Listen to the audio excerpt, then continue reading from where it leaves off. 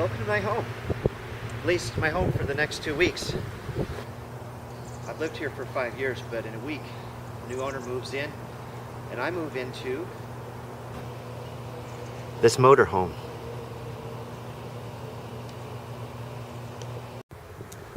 It's a 38-foot Damon Intruder motorhome, 1998. So we're moving from Portland, Oregon to the East Coast, and we don't want to take a lot of stuff with us. So we're just taking everything we have in this motorhome. And we're going to live in it for a few months or more. So to make it less of a hassle, I'm going to install solar panels on top.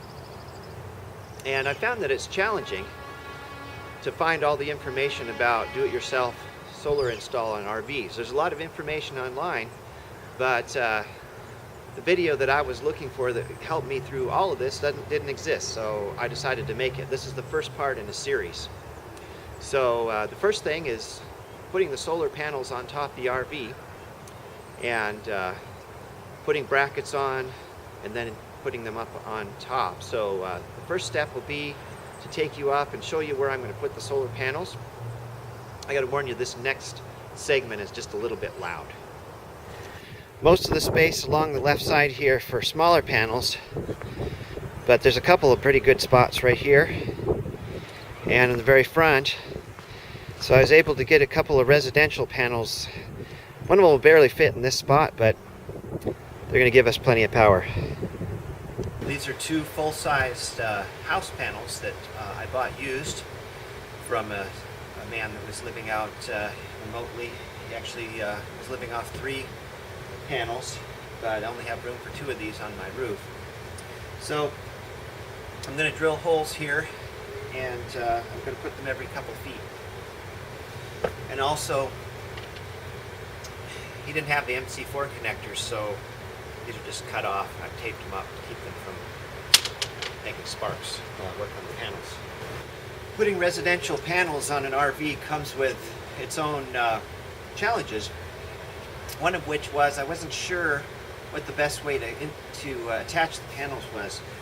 Usually you use smaller 12-volt panels, and you just use four brackets are enough to hold it down. In fact, you want to use 4 because you don't use these kind of brackets, but you use some that have a swivel and you can tilt them up. I'm not going to tilt these up because there's just too much surface area for the wind to catch.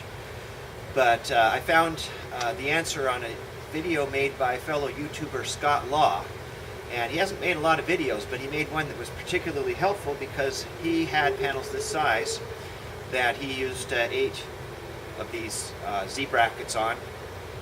And they held on his for a couple of years, so I'm assuming they're going to work for me. I need to put the bracket as close as I can to the corner, and I don't want to hook it into this seam right here. So I want to put them right here. I've got to give them enough space so that I can both fit the bolt in here without hitting.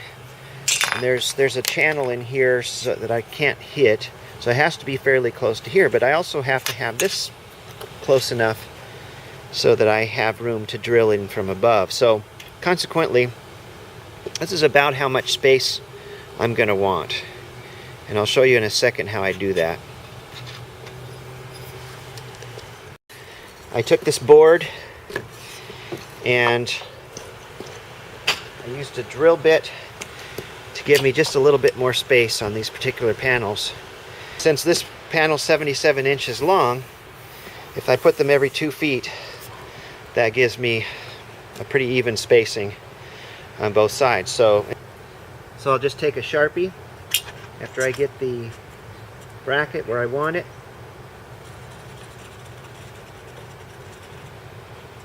I'll color in a hole. That's going to be the hole I'm going to drill. Okay, I want to measure my next hole 2 feet from this one. So I go from there 2 feet. I'm going to draw a mark with my Sharpie. And I'm going to use the same method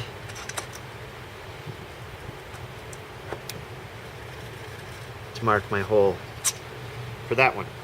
I'm going to do so on around the other 4 corners and the 2 other middle spots. got a little trick here for getting the hole started.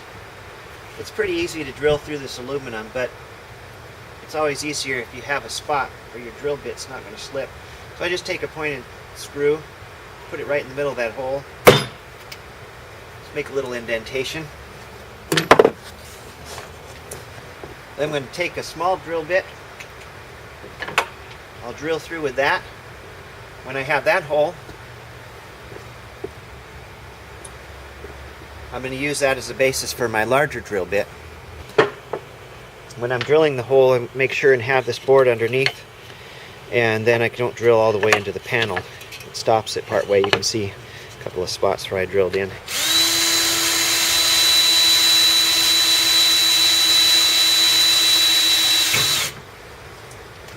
Just take this bit out here, put my bigger one in.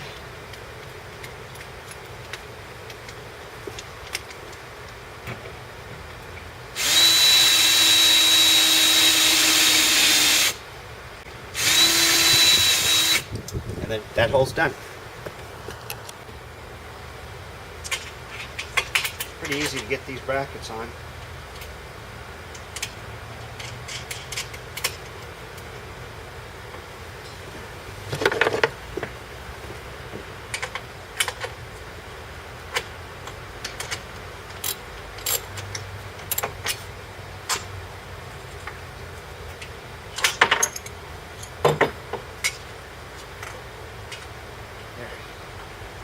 You guys all ready to go? I plan on detailing everything that I had to do in order to get this to work. So hopefully, if your setup is similar, it'll be easy for you to follow the instructions. And you won't have to spend so much time scouring the internet to try to find the information that I did. So the first thing I want to point out is the Z-brackets came from Amazon. They had a deal for all 16, came in one package with the mounting bolts for 30 bucks. I thought that was a pretty good deal. So that took care of both my panels. And I also wanted to mention the video I referred to by Scott Law. I mentioned that the panels stayed on for 2 years. That's because he sold the trailer afterwards. So I assume they're still on. Just want to clarify that. Quite a few videos out there of people installing solar panels on their RVs.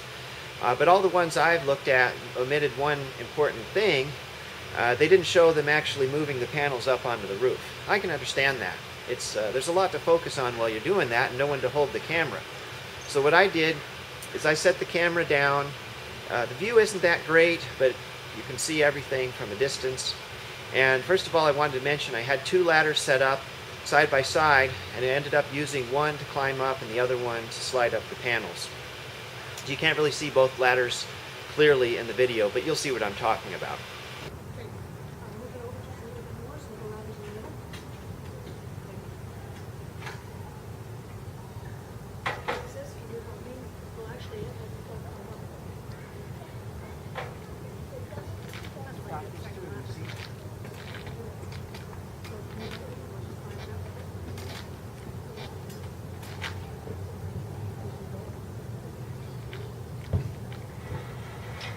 Grab it.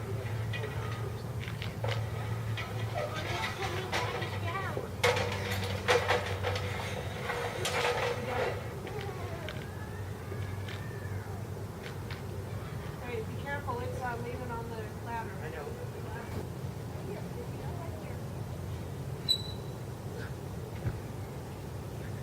Which side is the wire?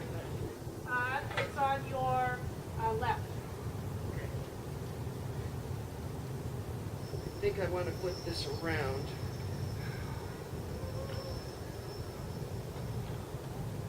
You want the wire facing back or the middle piece? Yeah. Like this? Yeah. That's facing the middle.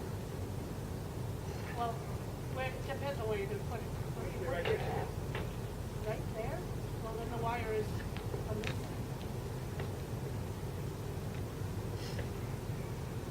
It's okay, right? I guess. Yeah, it just depends on where you want it. Little problem here. Something else. Something I didn't really anticipate. What? Well, It's too big. no, the roof slants. It's not completely flat. I've made a discovery here that I forgot to account for the slope on the roof. it appeared flat to me, and actually it is flat in the middle, but on the edges there's a slight slope, and I'll show you in a little bit what that is and how I'm going to account for it. Getting these big panels moved into place by myself was harder than I thought. It was easy enough to move the panels around by setting one side down and carrying the other side, but I was afraid I was going to scratch the roof. So my wife made a really good suggestion. She suggested I use furniture movers. Now I thought at first she meant I should get some big strong guys up there with me to help move the panels, but actually what she was referring to was these things. These are great. They have little nice soft sliders underneath and a foam pad on top. They're great for moving furniture across smooth floors, and were just what I needed to help me move the panels. I put them under one end of the panel, didn't scratch the roof, and I was able to move the other end around.